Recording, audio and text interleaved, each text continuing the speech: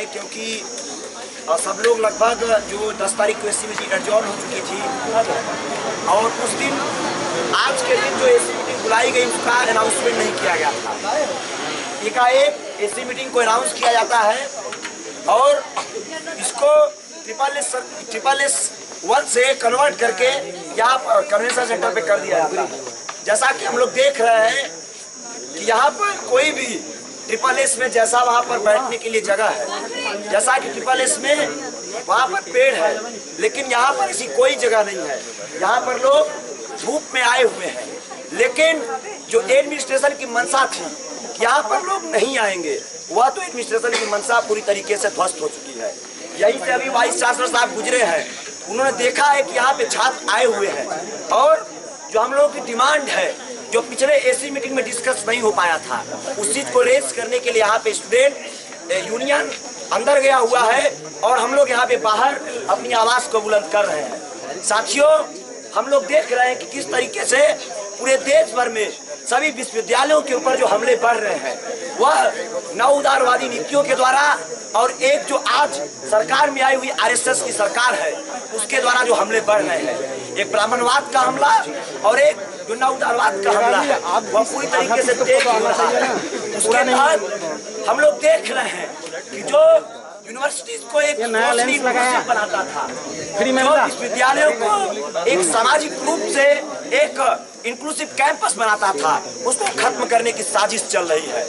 इस देश में जब से ये सरकार आई है, पहले मोहन भागवत बोला था कि रिजर्वेशन को खत्म कर देना चाहिए, उसके बाद सुप्रीम कोर्ट के द्वारा ये लोग बुलवाते हैं और ये चीजें जेएनयू में भी देखने को मिलती है कि यहाँ का वाइस चांसलर जो ओबीसी को रिलैक्सेशन मिलता था, ओबीसी के सीट को फुलफिल करने के लिए इसको कन्वर्ट करके जनरल में करने की इनकी मंशा है, जिसको हम लोग पूरी तरीके से कंडेम करते हैं। और जो इनकी एक साजिश चल रही है कि जिस तरीके से जब ओबीसी रिजर्वेशन को लागू किया गया तो 3 सालों तक ओबीसी की सीट खाली गई थी, जो एक गलत कट ऑफ क्राइटेरिया के कारण हुआ था। आज फिर से ये लोग जनरल और ओबीसी का जो कट ऑफ है, एंट्रेंस एग्जाम का कट ऑफ है, उसको एक कर दिए हैं। गौतम शर्मा केस के बाद हाई कोर्ट ने एकदम क्लियर शब्दों में ये बात को कहा था कि आपको हर एक लेवल पे, जितने लेवल पे डिस्क्रिमिनेशन होता है उतने लेवल पे आपको ओबीसी रिलैक्सेशन को देना होगा। लेकिन हम लोग देख रहे हैं कि एडमिनिस्ट्रेशन की साजिश क्या है। ये जगदीश कुमार जो आरएसएस का दलाल बैठा हुआ है, इसको बताना चाहते हैं। जब से ये आया हुआ है तब से देखिए कि किस तरीके से जो हमारा डिप्राइवेशन पॉइंट है, जो महिलाओं के लिए जेंडर डिप्राइवेशन पॉइंट मिलता था, उस चीज को खत्म किया जा रहा है, उसको कम कर दिया गया है।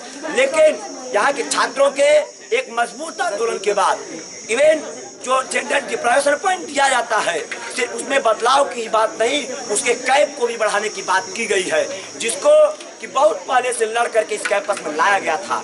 साथियों, इस जेएनयू का इतिहास रहा है कि जब जब इस जेएनयू के कैरेक्टर के ऊपर जब सोशली यहाँ का जो सोशल इंक्लूसिव कैरेक्टर है उसके ऊपर हमला हुआ है तो यहाँ का छात्र खड़ा हुआ था।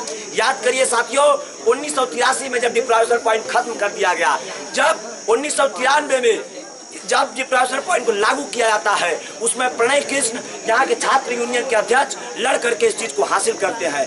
जब यूनिवर्सिटीज का फीस हाइक किया जाता है तो कॉमरेड चंद्रशेखर ने एसी मीटिंग को ब्लॉक कर दिया था और उसको निकलने नहीं दिया था। आज हम लोग फिर से देख रहे हैं कि जब यूजीसी का 55% बजट कट कर दिया गया है, तो अभी हाल ही में एक पर्चा आया महानदी रेजिडेंस के द्वारा कि वहां पर एक बिल को मांगा जा रहा है, जो इलेक्ट्रिसिटी बिल है उसको मांगा जा रहा है। यह एक बार और साजिश की गई थी। जब मनमोहन सिंह की सरकार आई थी तो इस यूनिवर्सिटी को पीपीपी मॉडल पे विकसित करने का एक मॉडल पेश किया गया था, जिसको यहाँ के छात्रों ने रिजेक्ट किया था और इस बात को कहा था कि यूनिवर्सिटी कोई प्रॉफिट मेकिंग की एक मशीन नहीं है या कोई लाभ जनरेट करने का कोई एक इंस्टीट्यूशन नहीं है जिसको आप नहीं कर सकते हैं। साथियों, दिल्ली यूनिवर्सिटी में जो वहाँ का एग्जिस्टिंग फैकल्टी है, परमानेंट फैकल्टी है, उनका वर्कलोड बढ़ा दिया जाता है। उनके जो क्लासेस की संख्या है वह 16 से बढ़ा करके 24 कर दी जाती है, जिसका परिणाम ये होगा कि वहाँ के जो 90% एडहॉक के टीचर हैं वह पूरी तरीके से बाहर कर दिए जाएंगे, जिसका सबसे ज़्यादा इफेक्ट वहाँ के ओबीसी और ST/ST स्टूडेंट पे पड़ेगा। क्योंकि जो रोस्टर सिस्टम लाया गया था, जो वहाँ की एग्जिस्टिंग फैकल्टी थी, उसके तहत रोस्टर सिस्टम के तहत ओबीसी और ST/ST कैंडिडेट जो फैकल्टी में रिक्रूटमेंट था उसको किया जा रहा था। लेकिन जब एक कमेटी बना दी जाती है DU के द्वारा और इस चीज को रिकमेंड करती है जो एग्जिस्टिंग फैकल्टी है उसका वर्कलोड बढ़ा दीजिए और एडहॉक टीचर को खत्म कर दीजिए, और जो रोस्टर सिस्टम के द्वारा बैकलॉग के द्वारा जो सीटें भरी जा रही थी उसको भी खत्म करने की साजिश चल रही है। हम लोग देख रहे हैं कि बनारस हिंदू यूनिवर्सिटी में वहाँ के छात्र एक छोटी सी डिमांड को कर रहे हैं, 24x7 लाइब्रेरी की बात कर रहे हैं। क्योंकि ऐसे जगहों पे जो दिल्ली से बाहर जगह है, वहाँ के छात्र एक ऐसे हालात में रहते हैं, एक एक कमरों में 5 से ज़्यादा छात्र रहते हैं।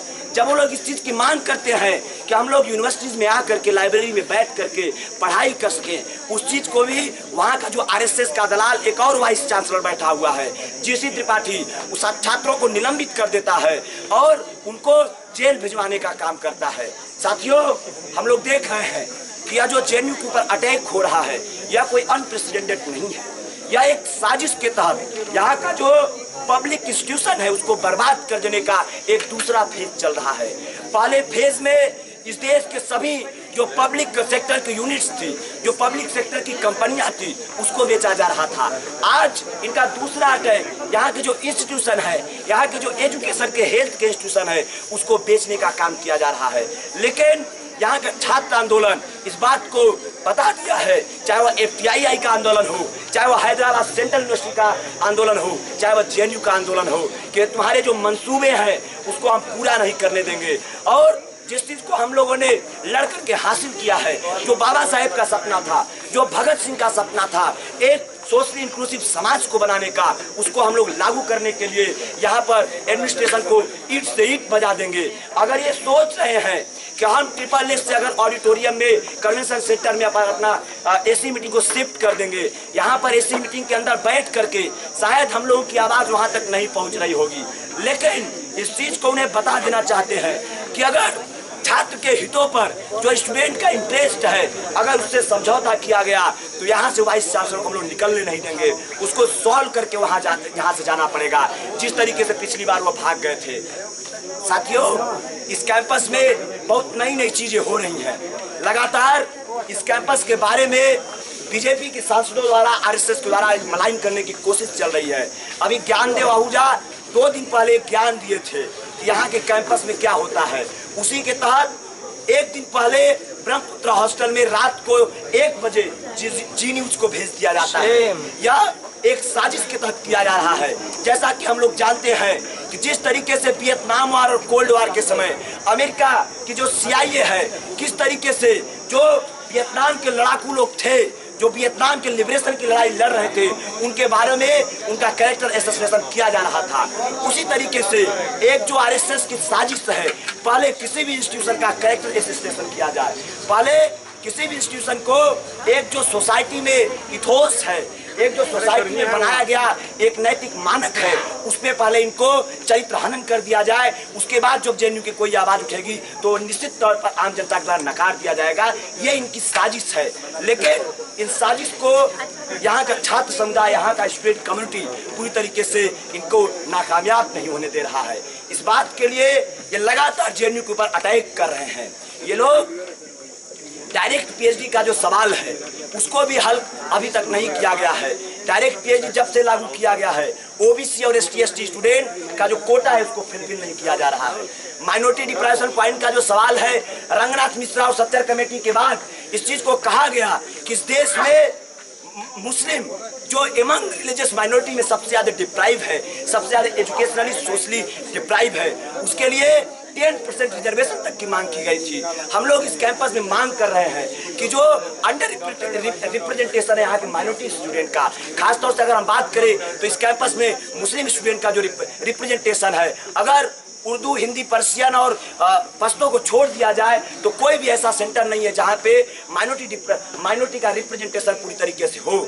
लेकिन लगातार एडमिनिस्ट्रेशन के द्वारा इसको खारिज कर दिया जा रहा है। इस बार यूजीबीएम में जो लास्ट यूजीबीएम हुआ था वहां पर इस चीज को पारित किया गया कि जो socially educationally backward religious minority है उसको आपको डिप्राइवेशन पॉइंट देना पड़ेगा। अगर आपने कैप बढ़ाया है तो उसको एड्रेस करना पड़ेगा। साथियों, हॉस्टल अलॉटमेंट की बात है, जब ओबीसी रिजर्वेशन लागू हुआ था उसी समय से ये बात उठ रही थी कि 27% रिजर्वेशन आपको हॉस्टल में देना पड़ेगा।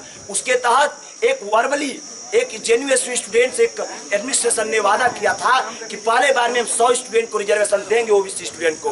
उसके बाद 4:1 के रेशियो में हम रिजर्वेशन को देते जाएंगे हॉस्टल अलॉटमेंट में। लेकिन हम लोग देखते हैं कि 2 साल के बाद यह पॉलिसी पूरी तरीके से लागू नहीं की जाती है, जिसके तहत आज ये मांग फिर से उठ रही है कि हम लोग इन रिटेन 27% रिजर्वेशन हॉस्टल अलॉटमेंट में ओबीसी स्टूडेंट को हमें चाहिए। इस चीज को आपको इंश्योर करना पड़ेगा। वो जो आपका फार्मूला है 4:1 और उसके पहले 100 स्टूडेंट को देने का, वो आपने लागू नहीं किया है। आपकी मंशा इस बात की पता चलती है।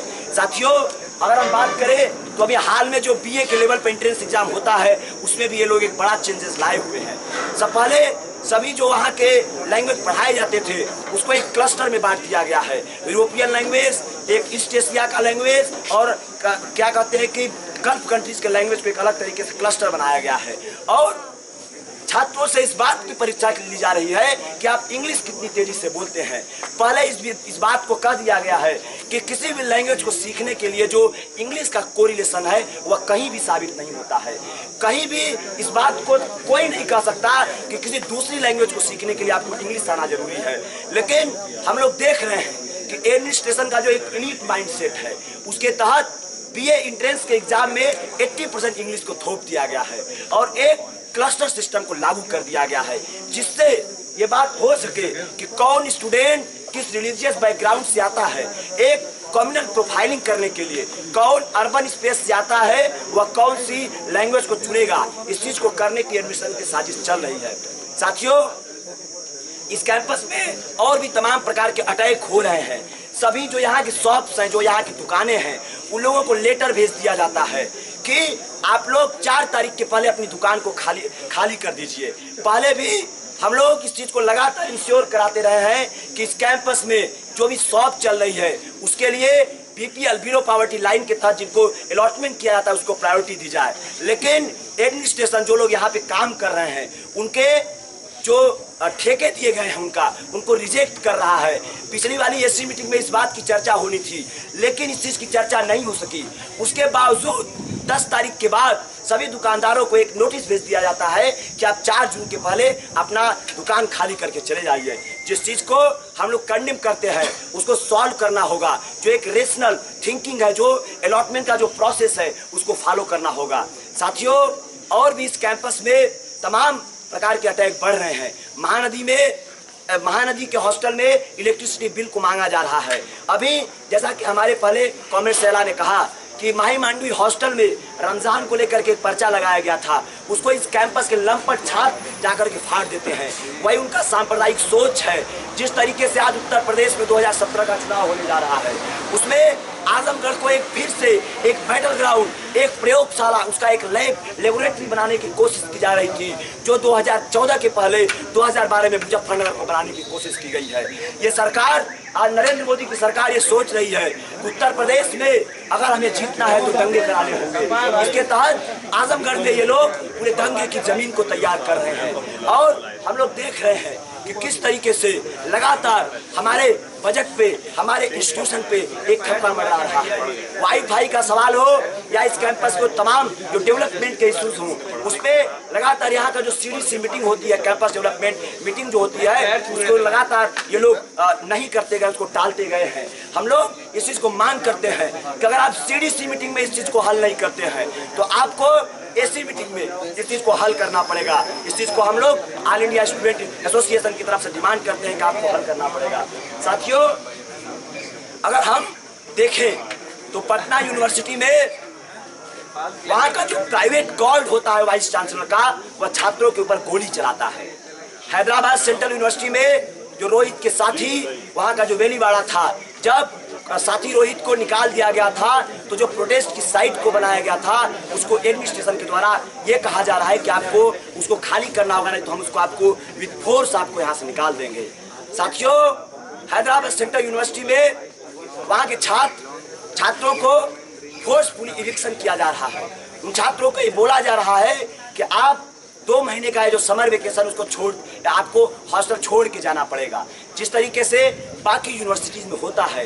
बनारस हिंदू यूनिवर्सिटी में ये होता है कि आपको 2 महीने का जो समर वेकेशन होता है उसमें आपको हॉस्टल छोड़ के जाना पड़ता है। लेकिन हम जानते हैं कि हैदराबाद सेंट्रल यूनिवर्सिटी, JNU या और कोई भी यूनिवर्सिटी जो रिसर्च यूनिवर्सिटी है, वहाँ पे छात्र गर्मी के महीनों में बैठ करके अपना डिसर्टेशन लिखते हैं, अपना PhD लिखते हैं, अपना सिनॉप्सिस लिखते हैं। लेकिन ये जो एडमिनिस्ट्रेशन की एक साजिश है वो छात्रों के ऊपर एक लगातार हमले कर रही है, जिससे उनका जो एक एकेडमिक वर्क है उसको बाधित किया जा सके। और जो इनकी एक और साजिश है कि जो WTO में शिक्षा को बेच करके आए हैं, जो इस एजुकेशन को ये बोल रहे हैं कि एक लुक्रेटिव इंडस्ट्री है, यहाँ पे इन्वेस्टमेंट का एक बहुत बड़ा फायदा हो सकता है टाटा बिरला कंपनियों के लिए। जो नोएडा में जाके देखिए तो लगातार एक लाइन से एक प्राइवेट यूनिवर्सिटी बाढ़ सी आ गई है, उसको लाभ पहुँचाया जा सके। लेकिन उसी के तहत हम लोग देख रहे हैं कि JNU को भी ये पहले से ही सोच रहे थे कि बहुत अच्छा यहाँ का एनवायरनमेंट है, इसको एक एम्यूजमेंट पार्क में हम बदल देंगे, लेकिन इस चीज़ को हम लोग करने नहीं देंगे।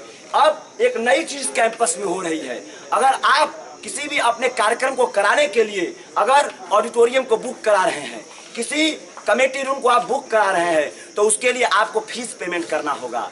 ये लोग बोल रहे हैं कि इस यूनिवर्सिटी को एक खुद का जो फंड होता है जनरेट करना पड़ेगा। हम लोग जानते हैं कि पहले से भी इस कैंपस में लगातार मेस का कल्चर रहा है, लगातार ऑडिटोरियम कमेटी रूम में एक डिबेट डिस्कशन का कल्चर रहा है। उस चीज़ को ये लोग फाइन और एक फीस के माध्यम से उसको खत्म कर देना चाहते हैं, जिसके खिलाफ हम लोग एक मुकम्मल लड़ाई लड़ने की जरूरत है। और यहाँ के जो संघीय एडमिनिस्ट्रेशन है और जो इस देश में संघीय सरकार बैठी हुई है उसको सिखा देने की जरूरत है। इसी के साथ मैं अपनी बात को खत्म करता हूँ। शुक्रिया। इंकलाब जिंदाबाद।